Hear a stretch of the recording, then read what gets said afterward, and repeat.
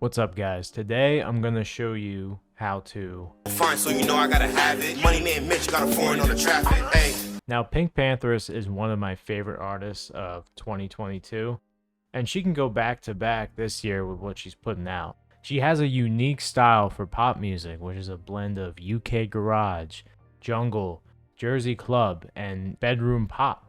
The best part about her, in my opinion, is the authentic feeling she captures in all of her songs. It doesn't sound artificial or overproduced, it just sounds real and personable. In this video, I'm going to show you two different beats in her style and go over the chords, melody, sound selection, drums, and arrangement. I also have a free Pinkpantheress sound kit for this video, which includes drum sounds, one-shots, samples, and MIDI, so definitely check it out at the end. Okay, so for this beat,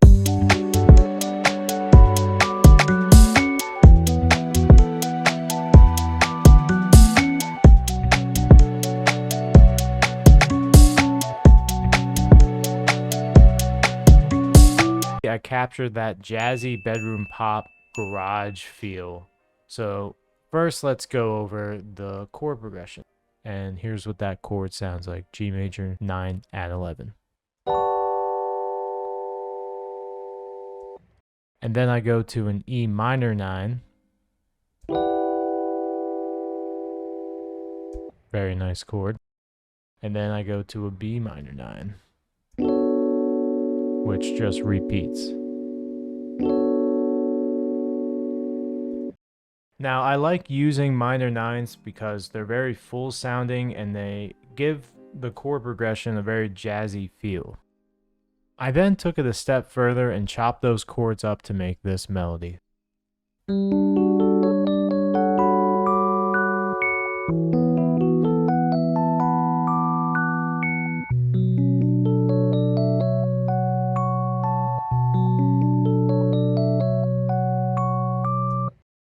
This was one of those moments where I just threw some shit at the wall and hoped that it'd stick.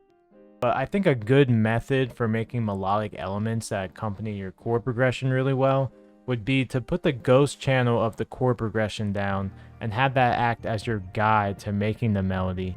And as you can see in this melody, I don't really go outside the chord progression notes when I add it. As you can see, here are the ghost notes. And if I put this up an octave,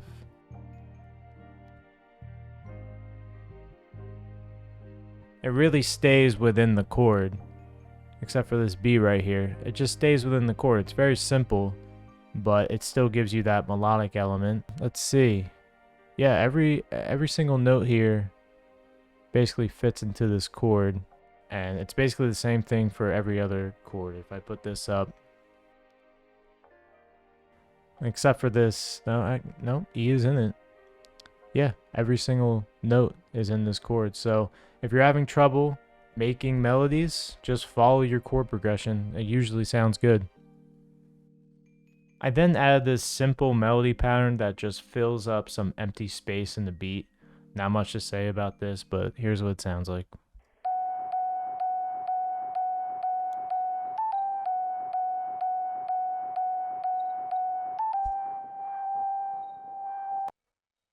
And the last melodic element of this beat is the bass line, which in my opinion is the best part of this beat.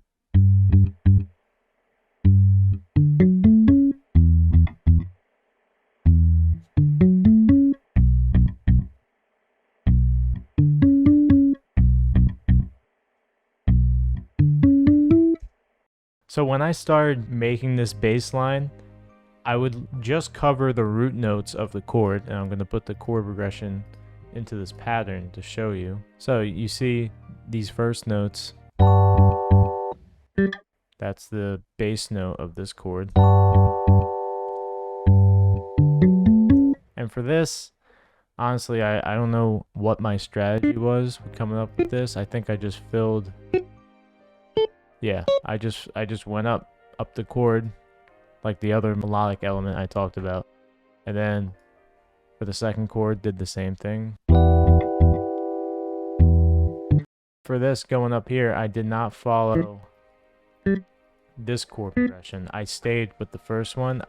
I kind of gave it some tension, because because you're expecting to hear,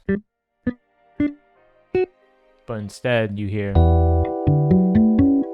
Okay, for the second half of this bass line, I keep following the root notes of these chords. So as you can hear, this is just a B minor 9. Follow it.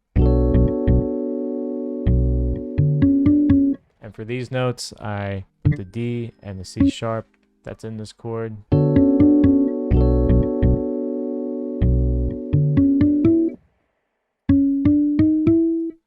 And this E is not in this chord, which I guess I just put it in there because it sounded good. I I have no strategy when I'm making melody. That's like the point I'm trying to make. You just have to throw shit at the wall and see what sticks. A good guideline would be following the notes within the chord progression. So for the drums, I started by adding these 2 drum loops I found from Splice.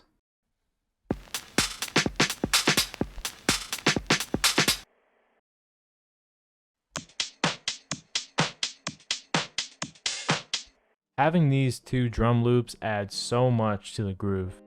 And now here are the MIDI drums, which sound like this.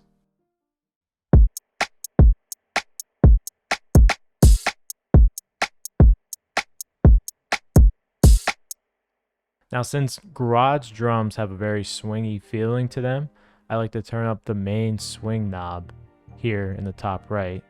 And it makes a subtle difference, but it really adds a lot to the end. Here's what it sounds like not turned on.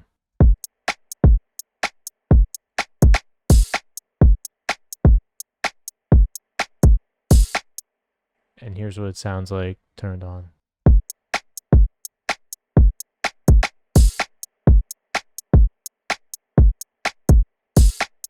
So when I'm fake producing for Pinkpantheress, I try to find more soft sounding instruments to match up with her soft sounding voice. So for this beat, I used Keyscape Rhodes for the chords and melody with this preset called Rhodes Classic. It sounds pretty good on its own. I also used a Trillium bass with the preset Clean Fender Full Range, and on the effect channel, where's the effect channel? And on the effect channel, I added this plugin called R-Bass, which is a really good bass compressor that just adds a little bit more depth to the sound. Here's what it sounds like when there's no R-Bass.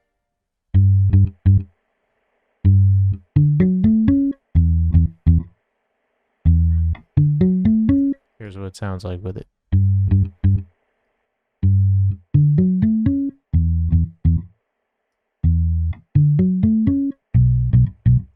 It's like a very subtle detail, but it goes a long way.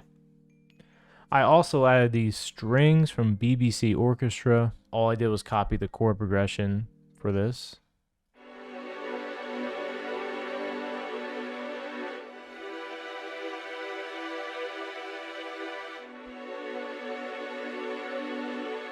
This, I just used the main preset that comes with the free version, and then I put fruity chorus on it to give it more of a full, rich sound, and some reverb, make it more spacious. Lastly, it's not an instrument, but I added some RC20 just to add some white noise in the back. I don't know if you can hear it, but it definitely adds some nice texture overall to the beat. So when I make these types of beats, I try to keep the beat pretty short, this one being 2.5 minutes. So I start the beat off right into it, adding the main melody, the drums for the intro, which also act as like a first hook. You could say it's the intro, you could say it's the hook. I'll just say for this example that this is the first hook.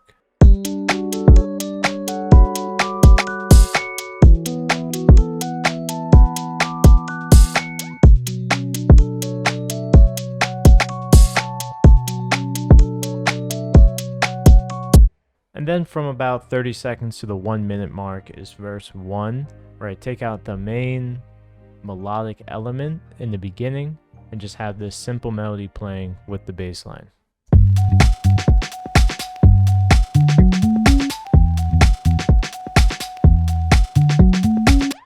An overall rule for verses in any genre, I like to minimize it just so you can differentiate between the hook and the verse. So this is why this sounds a little more simple. After that verse, it goes right into hook 2.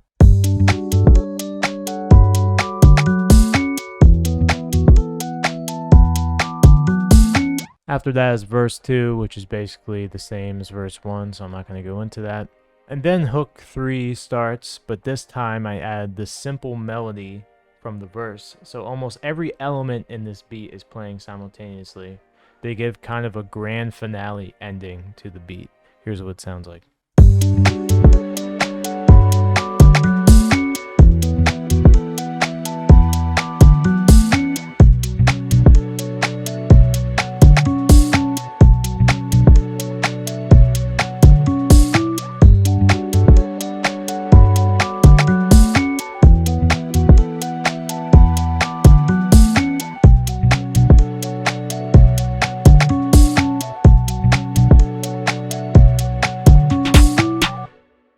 Lastly, I exported a part of the beat and sped that audio up for the outro.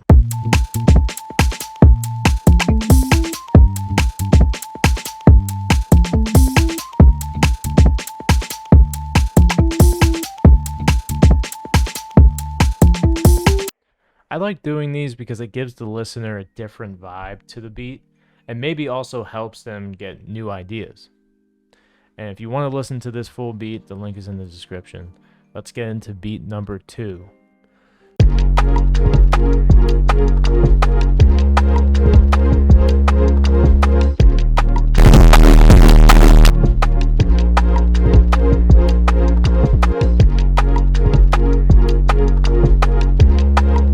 So for the chord progression on this beat, I really wanted a retro dreamy aesthetic. So I started off with these chords. The first chord is an F sharp major ninth with an added A sharp on top. Then we got an A sharp minor 9 with an F in the bass. Then we got a D sharp minor 11 with an added A on top. Then we go back to A sharp minor 9 with an F in the bass again. Just like the previous beat, I like to use jazzy chords such as ninths and 11ths. Adding these extra notes that are not in the chord just give it so much more flavor, like this F sharp major 9 with the A sharp on top. Here's what it sounds like without the A sharp. When you add that A sharp in there, I don't know, it just sounds so much better to me. Okay, so not to brag, but this melody is goated. And I really wanted to have it sound like it was from like an old video game. I don't know which one I was thinking of, but let me know in the comments what you think. But here's what it sounds like.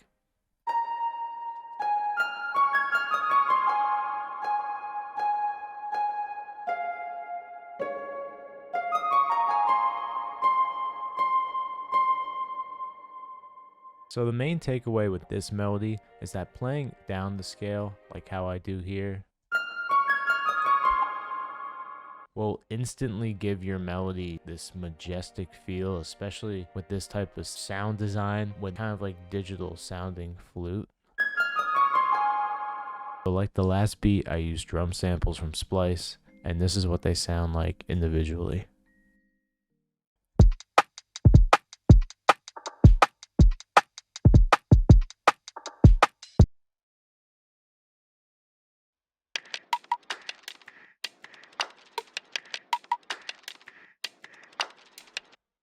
I also added this kick to give it some extra bounce.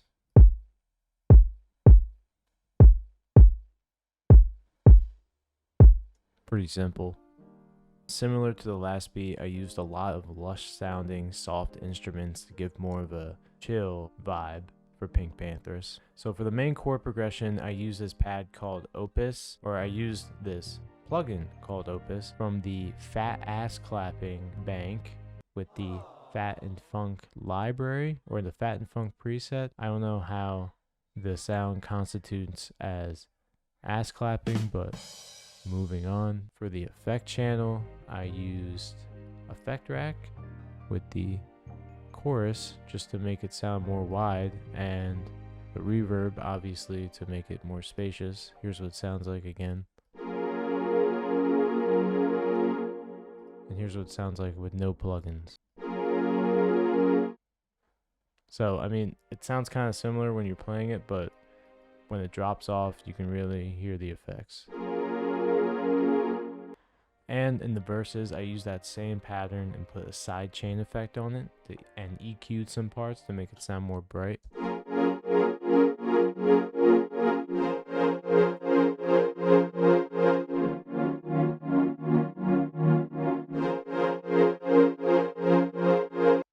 I then repeated that progression with some Lounge Lizard Rhodes, a goated plugin, in which I added some RC20 to make it sound more wobbly.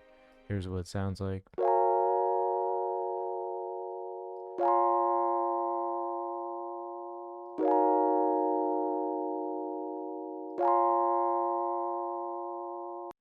For the harp melody, I use Nexus with the preset Harp Concert. I like using Nexus when I want sort of an artificial sounding instrument.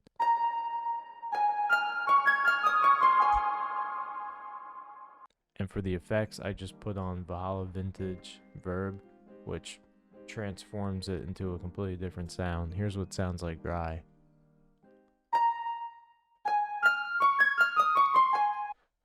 And then with the reverb, just sounds so much better. And now my second favorite part about this beat, the synth brass, which I added to kind of enhance the groove of the beat. The preset I used was classic Roland Synth Brass 2.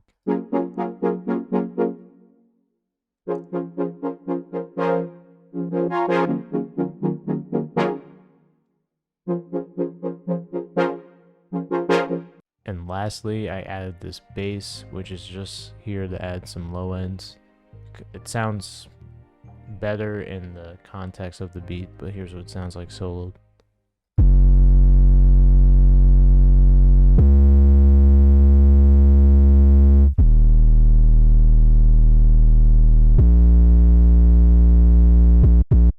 I also added this water sound effect to add some depth and texture to the beat.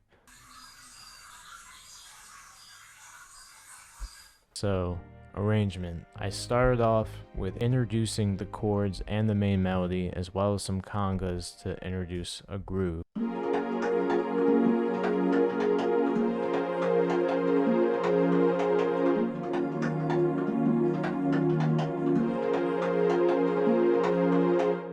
And then for the second part, I just bring in the bass and the harp.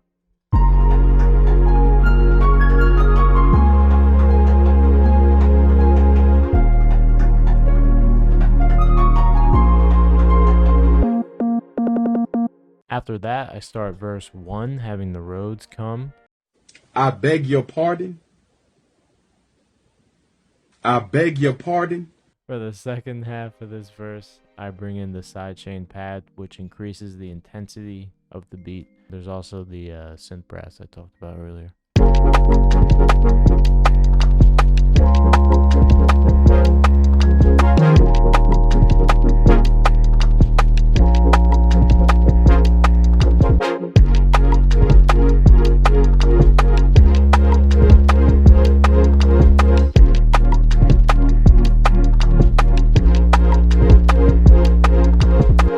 After that, we have first breakdown, which is pretty much the same as the intro, maintaining the groove with the congas, but kind of like slowing the beat down a little bit.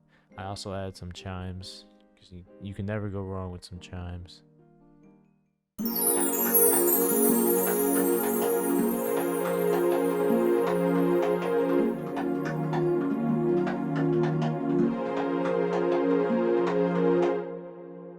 And then after that, we go into verse 2, which is essentially a repeat of the first verse, so I'm not going to play that.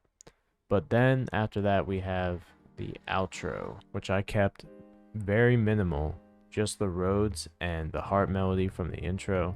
And I just noticed this about this beat, but the harp melody only plays in the beginning and at the end, and I think that's a good strategy for songs. Like, get the listener hooked on a certain melody and have them have to wait till the end to hear it again. But here's what the outro sounds like.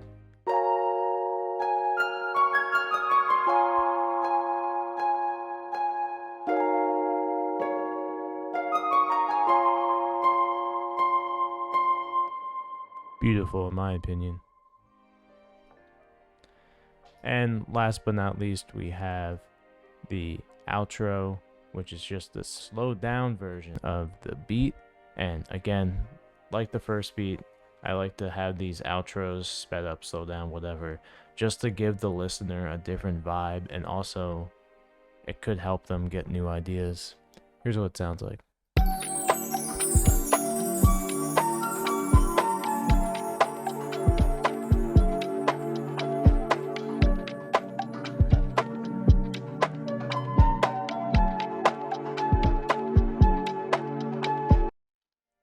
And as always, if you want to listen to the full beat, link in the description. But that is it for today, guys. Make sure to check out the free sound kit if you want to make something similar. And yeah, I'll see you guys in the next video. Peace.